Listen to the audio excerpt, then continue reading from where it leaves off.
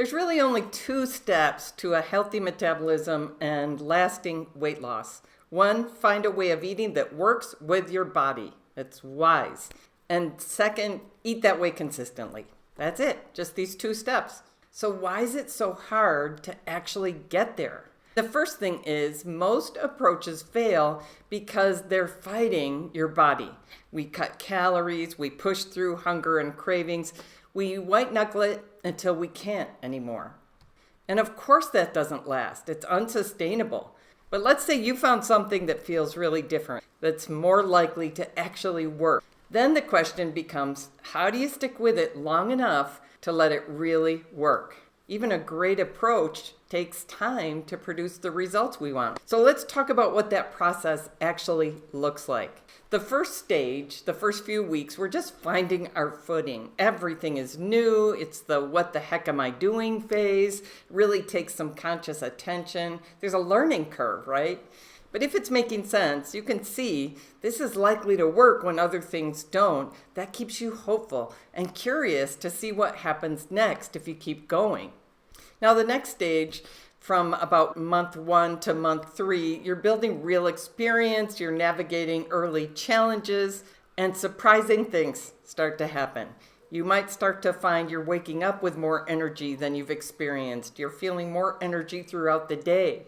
You might find that you have a better mood and just more resilience, more ability to handle things gracefully. Many people find that aches and pains are going away that they had just gotten used to. But one of the biggest things I often hear from people in this stage is, I'm losing weight without feeling hungry. It feels so natural. And they feel elated about it. There's a real sense of excitement at this stage. Like, I never knew weight loss could feel so natural and energizing. And that excitement is fuel for the next stage, which feels pretty different. So let's talk about stage 3. You might be getting into stage 3 around 4, 5, 6 months, where wise eating is becoming normal. It's not such a project anymore. And something changes around here that's worth naming, which is that the excitement naturally settles down. But something quieter is happening. Momentum is building. You feel like you're being carried forward. Your body knows what to do with the nourishing food you're giving it. And we move into this more settled emotional state that's quieter and more powerful, which is a state of trust. You can feel your body's responding. It's trusting you in ways maybe it's never trusted you before. You can feel like, I'm not pushing this anymore. I'm just flowing with it, like you and your body are aligned. That feels very different. And then around 1 year, people hit what I consider to be stage 4.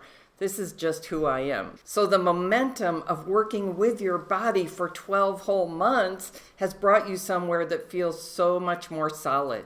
You've been through 4 seasons, holidays and birthdays and summer and vacations and social outings, and you're just standing on such solid ground with the way you're eating.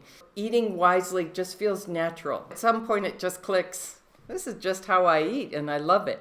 The amazing thing is, when you were dieting, you probably were always waiting for the off-ramp. When can I have an exception? When can I go back to eating the way I used to eat? Around 12 months, a lot of people start feeling like, hey, I'm not looking for that off-ramp anymore. And that's a big deal. Now, stage 5 is beyond the first year, and now we're in a stage of stewardship. Wise eating has become second nature. And success starts to pose its own challenges for a lot of us. We may have relaxed the supports and the structure that got us here. And then we face life challenges, seasons of disruption, family issues, health issues, and we're needing to adapt our eating. And the culture is pulling at us to take us back to the old ways of eating, but we've navigated a lot of challenges up to this point. We know we can figure this out. We can figure it out because we know what we're protecting. Wise eating has become a treasure, and we treat it that way. It's not like we're in this maintenance stage. We're masters of wise eating. So I want to back up and look at that emotional arc for a moment. When you start figuring things out, you're uncertain but curious. And then something clicks, and you're amazed at how good this feels. And then the excitement settles into something you can actually stand on. And one day you realize, this is just who I am. And you become someone who protects what they've built, who adapts when life demands it, and keeps choosing wisely. Because here's what steady, wise eating becomes. It becomes a way of being.